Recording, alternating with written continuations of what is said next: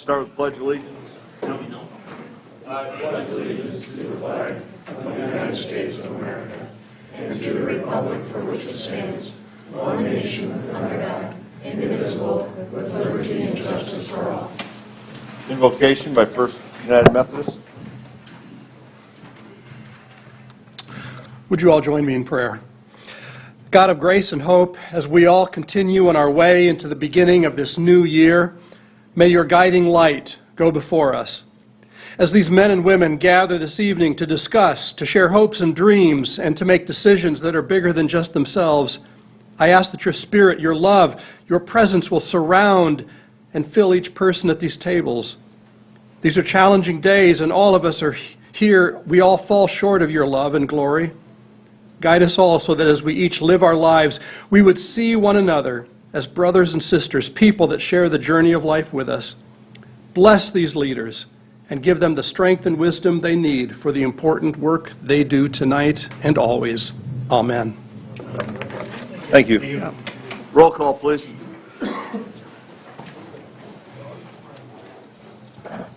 Sabers. Here. Rice. Here. Dosher. McCardle. Here. Barrington. Here. Ellen. Here. Sharps. Smith. Okay, we have a quorum. Approval of consent agenda items. Items appearing on the consent agenda may be removed by a city council member for discussion at the beginning. Formal agenda items. Is there anything you wish to remove? Motion by Mr. Sabers, second by Mr. McCardle. Further discussion? Anybody in the audience wish to address any of these? Are you doing consent? Okay. Yep, we are. Good evening. Happy New Year, council members. If you have any questions, feel fire them at our way, but we just wanted to be here and report on the quarter. Jerry Beck, with the Development Corporation and Chamber. So we had a busy quarter as far as the chamber was concerned, with many events going on. Our highlight was our annual recognition, and I want to just draw your attention to some of the folks that were recognized. Our Community Service Award winner were Friends of the Fire Steel, and Volunteer of the Year was Davison County Auditor Susan Kepke.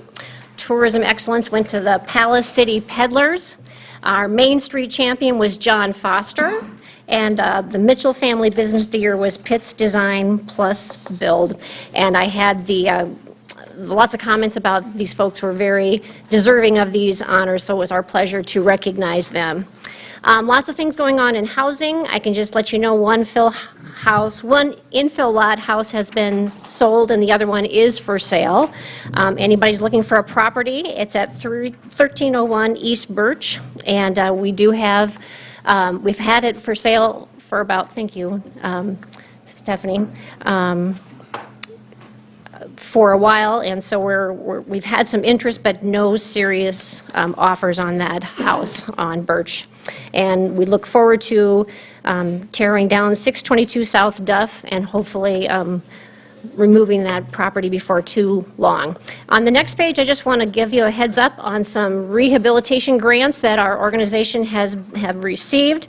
We received $100,000 from the South Dakota Community Foundation, and those will go for rehabilitation grants for houses in the core of Mitchell. We'll be working with Happy on those grants since they have that program already, and we can learn from them. We are also seeking another $200,000 from the South Dakota Housing Authority. They have funds available through their home program, so $300,000 is a nice shot at working on rehab for our homes in downtown and surrounding area of Mitchell. South Lake, the housing development, we are going to be seeing you hopefully before too long for the approval for a TIF, and we are waiting for the state on some funding for that housing development. And the good news on Ridgeview on Foster is that we have heard from the HUD, and we do have the funding if we can just get some things going as far as plannings on Ridgeview. Business recruitment and retention, just want to share with you that we did receive a LIP grant, Local Infrastructure Improvement Program, and that is for the extension of the 15th Avenue for an expansion of a business here in Mitchell. Just want to share with you also that we're going to be issuing RFPs for the 19 to 20 acres of land in our Goldies area that has not been sold. We've had some people interested, and in the interest of being fair, we're going to go ahead and ask for RFPs for that property. And year-to-date, our tourism income is down about 1%, and actually, I think it happened because of the snow at the end of December. We were a little bit ahead between October and November, and then just slipped a little bit behind in December. Any questions on those topics? I know several of you will be coming to a housing committee meeting tomorrow. We've got a strategic planning session coming up with a couple of representatives from here, so we appreciate your involvement with the Development Corporation and Chamber. I just want to introduce someone new to our staff. Karen Whitney is retiring for the second time, and she's been our half-time workforce coordinator. Well, we found a full-time one, and this is Gigi Tavares. She worked for the Department of Labor, and if it's okay, I'm just going to have her introduce herself, and thank you all. Thank you, Jerry. Hi. It's a pleasure to be here tonight. As you said, I'm the new Workforce and Inclusivity Coordinator for the Chamber. Currently, right now, I'm just, getting used to my new role and what I need to be doing. I came from the Department of Labor. I was there for 2 years and a half. Currently, right now, we're working on Workforce Wednesdays, where businesses are open to the public to open interviews or job applications and stuff like that. It was a great success in December. January was canceled due to the weather and stuff. So yeah, that's all I have for today. Thank you. Thank you. Welcome. And last but certainly not least, David Lambert with the Region, here to share with you that obviously in the report, I talk about housing. We're trying to finish up housing projects, and obviously between workforce shortages on subcontractors as well as the continued timeline that seems to affect just about everybody with regards to work, the items that are being ordered and delivered, and some of them are obviously sitting on some dock out west someplace, being told that we have them available. Many of those projects are starting to finish up. I will tell you, I was in White Lake today, and obviously the community is bracing for the work of the legislature to get funding, $150 million, actually $200 million of funds from the state for housing infrastructure funds released so that they can move forward on their project. It's only 9 lots just north of their new high school or new public school, but to be honest with you, 9 lots in White Lake is a big deal. Without that funding, the cost associated with putting the infrastructure in is cost prohibitive, probably in that $40,000 per lot range. With those funding, we're hoping to get it to $25,000 or less. And realistically, we believe that with interest rates climbing, now may be a good time to look at rentals in some of those smaller communities, because obviously the costs associated with building workforce housing for rental purposes seems to be an interest among all of my communities. And so with that, I'll leave it at there, but quite honestly, thank you for your continued support. Thank you. Anybody else wish to address the council? Is this citizen input? No. Okay, roll call, please. McCardle, Yes. Barrington. Aye. Allen, Aye. Sharks. Aye. Smith, Aye. Severs, Aye. Rice, Aye. Josher. Motion carried. Citizens input. If you need to address the mayor and members of city council on an item that was not on the agenda, excluding personnel items, come forward to the podium, state your name and your concern. Presentations are limited to 3 minutes. Items will be considered with no action will be taken this time. Mr. Mrs. Van Erdwick. Hi, Sonia Vanderdwick, Mitchell Township. Okay, so I hope this is going to be okay today. I have a couple COVID updates, and I have 2 audio clips that are a minute each.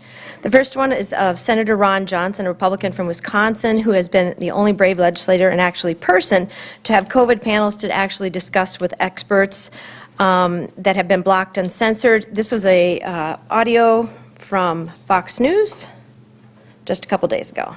To end the pandemic.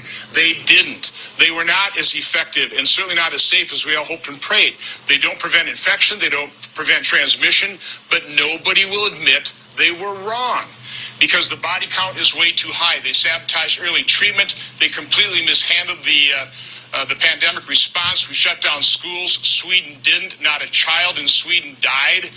You actually have lower infection rates when you're around kids, we're starting to find out. So, I mean, through the hubris, through just the arrogance of people like Fauci and people that were in charge of our response, we completely mishandled this.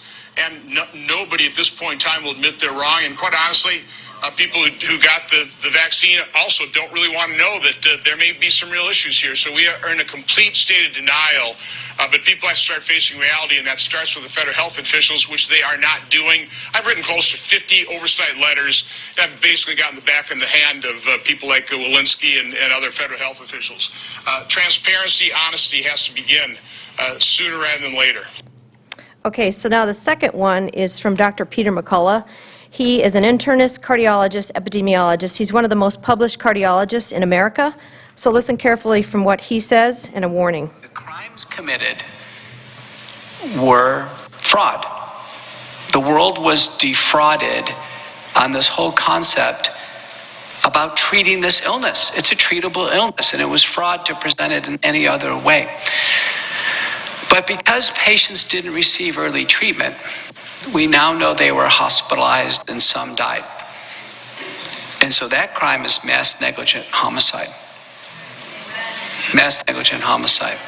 And we look back now, I've testified 3 times in the U.S. Senate, twice in the Texas Senate, and I have landmarks where I've actually, under oath, forecasted all of this as an epidemiologist and summarized it.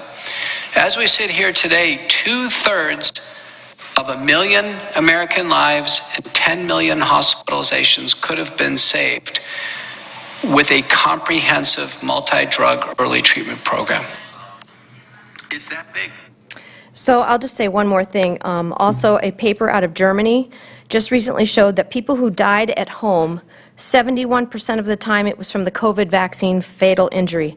It could be the result of myocarditis, fatal blood clots, and intracranial hemorrhage. So just a little word of thought. Thank you. Anybody else wish to address council? Okay. I got it. Oh, go ahead. Okay. I've had a lot of people come up to me and they wanted me to tell the city crews what a great job they did with the 2+ feet of snow that we had. I didn't have anybody have a negative article until I read the article that the editor of the Daily Republic had, and he wasn't even in town to see the snow when we had 2.5 feet of snow. We got 135 miles of city streets to plow in town. That's just one way, and usually they go 2 ways, so that's 270. First, you got to keep the emergency routes open, which they did. Then they dealt with people trying to get out, stuck in roads. They had to pull cars out of the way so they could plow. I mean, everything just took time. And we had employees that worked probably 16+ hours a day. For the snow came on a Tuesday. They had Monday off because the holiday was for New Year's. So between Tuesday and Saturday, I think Stephanie told me we put 477 hours of overtime in. So that was, we had snowplow drivers out there that couldn't even get to their own houses because they were trying to open the streets in town. And I just wanted to give them a shout out and tell them, what a great job they did. And if anybody wants to see the snow, they should drive out to Foster Street, Havens and Foster, and look at, there's never been so much snow out there. And I'd like to probably next week, or the next meeting, put on the agenda for discussion only on, people that hide behind computers and want to talk about how bad a job the city does. Maybe we'll have them come up here and discuss maybe how we could do a better job of plowing the streets when we got 2+ feet of snow on the ground. That's all I have. Okay, thank you. And I will point out that that was the second most snow we've ever received in Mitchell, and the most since 1956, so. I think that's a good idea to put it on the agenda. I heard almost all positives, and I was a little shocked also by the editorial, I thought.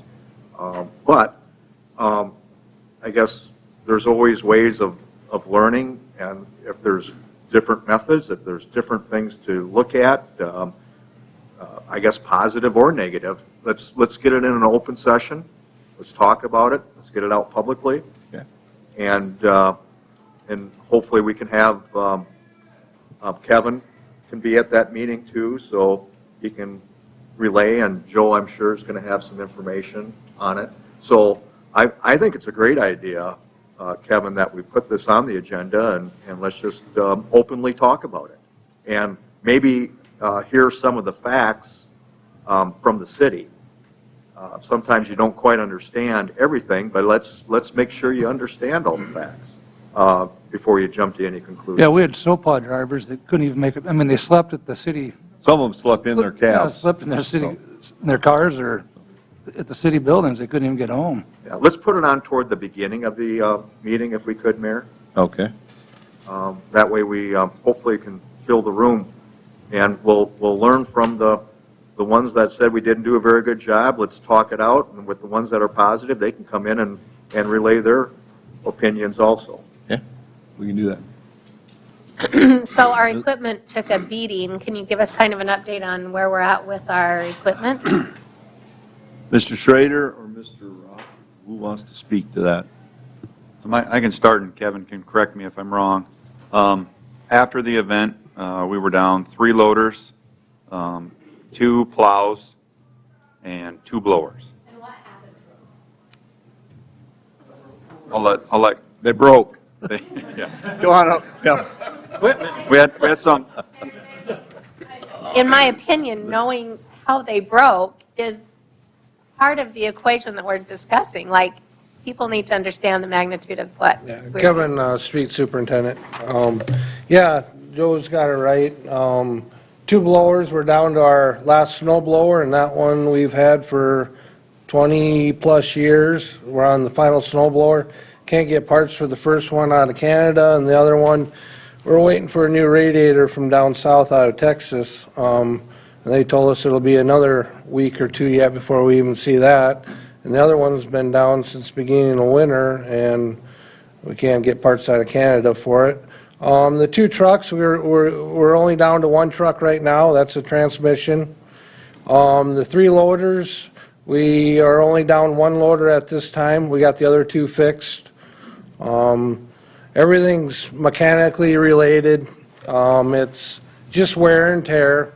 So, like I said, some of it's older equipment. Newer equipment's been doing pretty good other than the 1 snow blower we got, and that's kind of been a lemon since the day we got it. That was one we got brand new here, 4 years ago, and 1 year after we had it, we had to send it back, for 8 months or whatever before we seen it again, and now we got problems with it again. But other than that, it's more or less just basic wear and tear. We're having a lot of emission problems ever since the DEF stuff went into effect. We do have a lot of emission problems with the trucks. They got to be burned off, and they shut down. We've towed quite a few of them back to the shop just to get them in and get them warmed up and get them operational again. But we're slowly getting the equipment all back, other than our 2 blowers, which that's the last thing we need to go down right now, because that's going to be one thing that's going to be really hard to find. That's our District A snow removal, of course, that we blow all the snow and haul it all out to that field. But just looking at how much snow's been hauled out to that field, that's all been snow blown stuff, and probably half it right now out there is on our oldest snow blower. So it's hanging in there and it's doing really good, but it's just one of those things. Equipment can break at any time. Just got to try to keep it going. Yep. Thank you. Anything else? Okay, Board of Adjustment, entertain a motion, City Council recesses Board of Adjustment. So moved. Motion by Mr. Allen, second by Mr. Rice. Further discussion?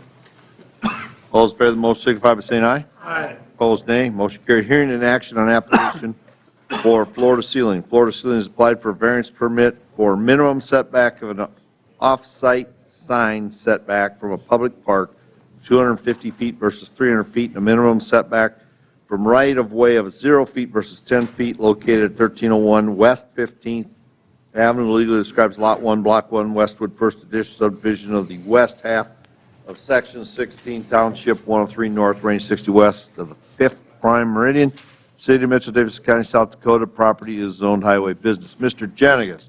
Mr. Mayor, Council, Planning Commission recommended approval of this 6-0 with one absent. We received 2 letters in favor of this. Stephanie, if you go back to the,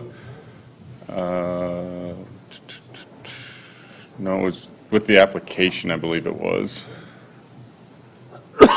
No, it had the site layout. Yeah, you had it up right away. Yes, this one. So currently, Floor to Ceiling has a on-site sign in front of their building. Al Strand Ace Hardware, same owners, built the hardware store to the south. They'd like to get rid of the existing on-site sign, create an off-site sign that is pretty much really close to right on the property line as they can get, so it works for both of them. So they can have a sign for Floor to Ceiling, a sign for Ace Hardware, and then have a reader board underneath it as well that'll do deals for each location. If you have it too far north, it looks like it's just for Floor to Ceiling. If it's too far south, it looks like it's just for Ace Hardware. The 250 feet versus the 300, the 250 feet is the right-of-way for the bypass there. Cadwell Park is the park across the street. If it's an on-site sign, you wouldn't need the 300 feet. It could be right next to it. Their existing on-site sign would be within the 300 feet that would need to be. During Planning Commission, it was brought up that, well, this would be one sign instead of 2 signs that would have to be out there, because if it's not approved, then they have to put a sign in front of each building there. The applicant's here. If you have any questions for him, or if you have any more questions for me, I can answer them as well.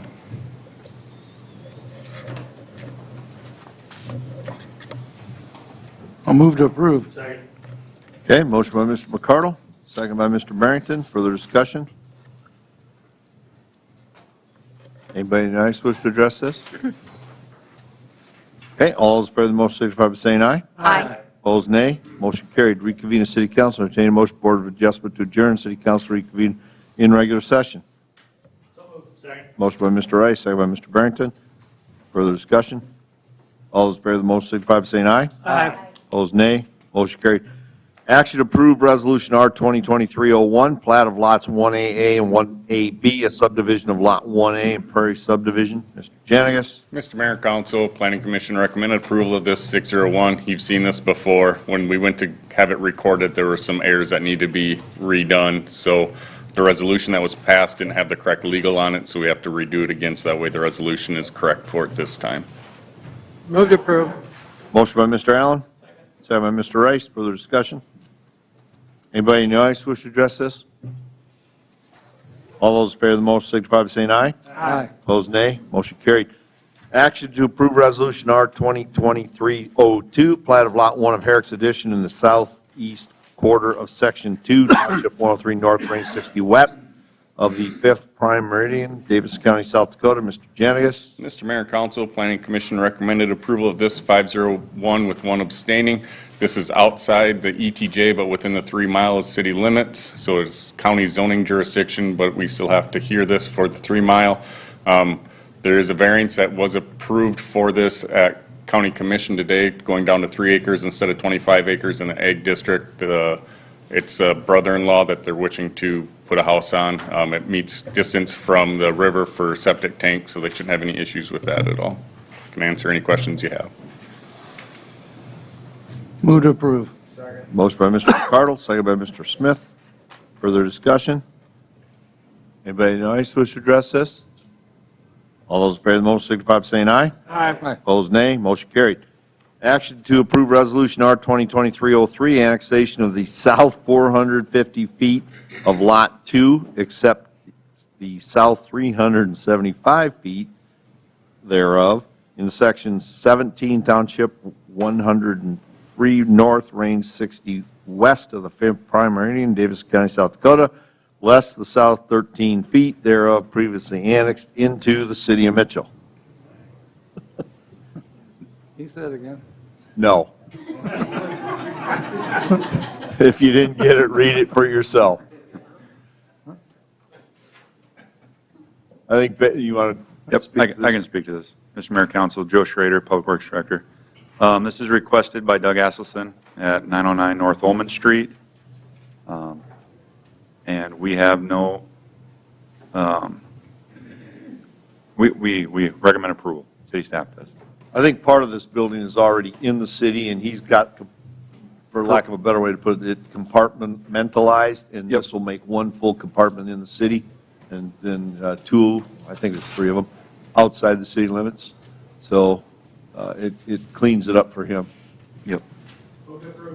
Motion by Mr. Rice, second by Mr. Sabers. Further discussion? Anybody in the audience wish to address this? Skylar, you don't want to jump right up and talk to this, huh? I'm fine right here. All right, all those in favor of the motion signify by saying aye. Aye. Opposed, nay. Motion carried. Motion to enter an executive session according to South Dakota Codified Law 125-2, 3, legal. Motion by Mrs. Charks. Second by Mr. Rice. Discussion? All those in favor of the motion signify by saying aye. Opposed, nay. Motion carried. We'll go to my office. There will be no action after the executive session.